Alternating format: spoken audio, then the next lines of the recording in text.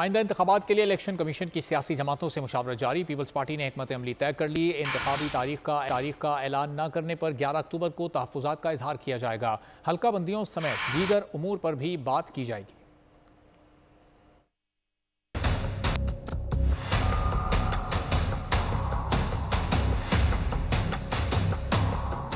इंतखाबात बर वक्त कराने के लिए जियाले तैयार। पीपल्स पार्टी करेगी जारहाना हिकमत अमली इख्तियार। इंतखाबात में ताखिर पर होगा नो कॉम्प्रोमाइज।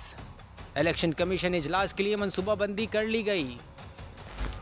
पोलिंग की तारीख देने के लिए इलेक्शन कमीशन पर दबाव डाला जाएगा। चीफ इलेक्शन कमिश्नर की ज़ेर सदारत 11 अक्टूबर को ज़ाब्ता अखलाक पर मुशावरती इजलास होगा। ज़राए के मुताबिक पीपल्स पार्टी इंतखाबी तारीख का ऐलान ना करने पर तहफ़्फ़ुज़ात का इजहार करेगी। नैयर बुखारी, सईद गनी, फ़रतुल्ला बाबर, ताज हैदर और दीगर अरकान हल्का बंदियों के मामला भी उठाएंगे। Press association of supreme court